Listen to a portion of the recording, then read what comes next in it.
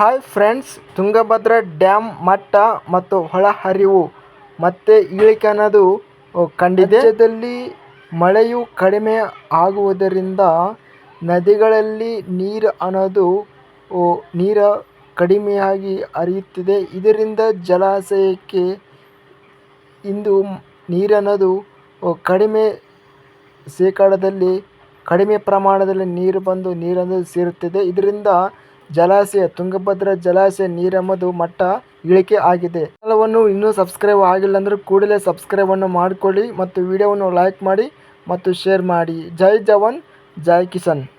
Tungabhadra dam ನೀರಿನ ಗರಿಷ್ಠ ಮಟ್ಟ ಬಂದು 1633 ಫೀಟ್ ಅನ್ನೋದು ಇದೆ. ಇದಕ್ಕೆ ಇಂದು 1582.48 ಫೀಟ್ ಅನ್ನೋದು ನೀರು ಆಗಿದೆ.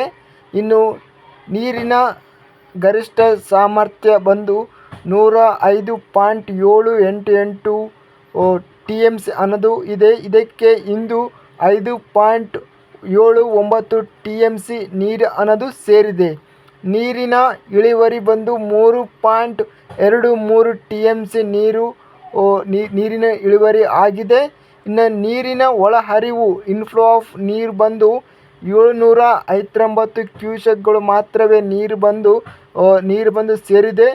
ಇನ್ನು ನೀರಿನ ಹೊರಹರಿವು ಬಂದು 1796 ಕ್ಯೂಸೆಕ್ಗಳು ನೀರು ಅನ್ನೋದು ಹೊರ ಹರಿವು ಆಗಿದೆ.